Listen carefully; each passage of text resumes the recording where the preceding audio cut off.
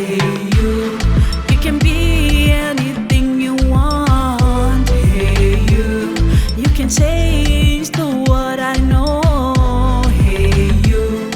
Hello everybody and welcome back to the Hey You podcast, a place I get to share my stories, my goals and my mind. And the good thing about Hey You podcast is other people get to share their stories as well. And today we have an amazing guest. I've come to know about this girl through the Women Deliver program that I'm doing called the Girl Child Speak Up, and she's part of the girls that are participating in the program, on the project per se. So please welcome Lynn. Welcome Lynn to the Hey You podcast. Thank you guys, thank you for having me. This is such an honor. I know you're nervous, but just it's gonna be a chilled conversation between two girls who just wants to know wherever the direction like this podcast is gonna go, we're just gonna go with it. Thank you so much. Okay, so first thing first, who is Lynn? Okay. Her full name is Lynn Mapiye, with the middle name Fungai. My father gave me that name because he wants me to think much more critically than everybody else does. So Lynn is also a social work student because he loves dealing with societies, young people, and above all, she's an SRHR advocate. SRHR advocate, meaning sexual reproductive health and rights advocate, and a champion as well.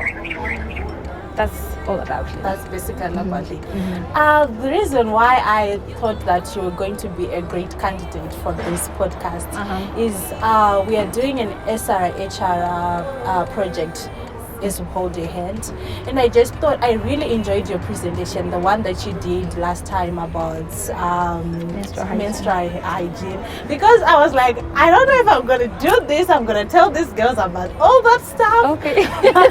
All that good stuff. So tell me, why are you so passionate about SRHR? As a young person, I can say I was not a confident person. I was never confident. I always had problems of my own and I didn't know how to share them or how to deliver those problems to people. So I'm a person who used to suffer silently, like you suffer on your own and you're not really sure who to tell, how to tell it, or how to explain certain issues. So when I was growing up, I got bullied a lot. The reason why today I came with my bald head is because that's when the journey started. Okay. I had a bald head before, and I had a huge amount of spots on my face. So they used to call me Tanganda, they used to call me a spotty face, they used to call me names. So it furthered, reduced my self-esteem. So from then I decided, so what do I do? Because I feel like I'm drowning. I'm drowning in my own pool. Nobody's realizing because I don't have a space to tell or to share or to discuss. So generally, I've been a person who just loves other people.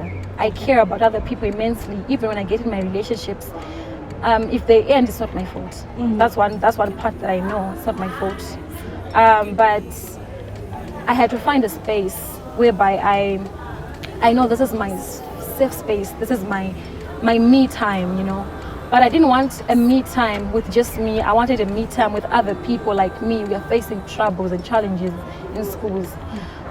So to begin with, I started attending debate sessions when I was only Form 2.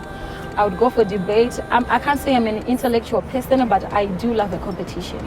So I would attend those debates. I would go for public speaking. I became good at it. They actually thought I was a pro, not knowing I was just looking for my safe space. So people started fearing my voice, like, okay, this kid now, no. She can speak. Obviously, I'm down. Not knowing that she doesn't know anything. She's just trying to build herself. Okay. So growing up, I discovered that as young people, we are going through a whole lot of things whereby we are not talking about it. I was going through bullying myself. I was going through body shaming myself. So what happens when I don't talk about these things? So later on, as day progressed, as years progressed, I kind of got in a space where there were young people. So some people saw me presenting a speech from nowhere. This was at a rep clinic. So they invited me to say, okay, we saw you deliver a speech. Can we talk to you? Can we know you? That's when I got in that space. Then they realized, okay, she has got something. Let's train her and let's see how it goes. Okay. I became a sexual health advocate, and I was so excited because I do love talking about sex. I do love talking about sex-related issues. Okay. So that's when my advocacy began of doing sexual reproductive health and rights, and it brought the real me. It brought the me that I had lost before because of being bullied and being body shamed. So can you say that is your safe space? That is my safer space. Okay. Yeah. Safer. What is your safest space? My safest space is when I have young people around me discussing about issues and being able to give them help or to refer them to get help. Yeah. Okay. So moving on, I've seen you talk about menstrual health a lot, and I really enjoyed the Session. I can say like the story, the background story that you gave last time. Can you just give that short story to the people that are listening? Because I think I really enjoyed that. I think most girls will go through it, but then we don't know, like we have never like had someone speak freely about what you said. So can you just share on that? Okay, so my story goes, before I grew up, before I even reached the adolescent stage, I was just a grade 6 child in class. I was a very vocal person, like I said. I was very vocal. I was one hell of a person that would just get in class, say something, and everybody's doing it. So I always had a soft spot for guys. Like I had to play with guys the most. So one day I just came to class, and during our morning session, I stood up. So the guys from behind were like, "Hey, you spilled a drink on your dress." I'm like, "What? You spilled the drink on your dress?" I was like, "No, dude, I don't do that." You know, there's kind of rudeness that, you know, when someone there's that one person in class whereby if they say something, you know, it's either going to be stupid or they're just trying to offend you for some sort. So I just thought they were just trying to say something offensive to me. Then everybody else now goes, "Something's on your dress, something's on your dress." I'm like, okay. So I turned to look, I'm like, no, I don't have red juice in my bag, and my bag is even on the floor. So what's this? So I ran, I was shaking. I ran to the door. Then this grade 7 student saw me. She was like, "Come." I went there, she was like, "No, let's go to the toilet." So when we got to the toilet, she didn't know how to express menses. She didn't know how to explain menses to me. So I just got in the bathroom and I locked myself in. So that's when the lady who cleans the toilet, she found me crying, and then she's like, "What's wrong?" The grade 7 explained to her, say, "You know what, I think she's reached the menses today." I was only grade 6, by the way. So not most people can reach menses by that age, but now, yeah, it's happening. So back then, that's when she asked me out. She was talking to me. "Do you know what menses are?" I'm like, "No." She's like, "Oh my God, that means you're a girl. That means you're a woman. That's one hell of a definition to tell you that you are a woman. This is what shows that you're a girl, you're a woman, you're a full-grown woman now. And if a person does not experience what you just experienced, they are not woman enough."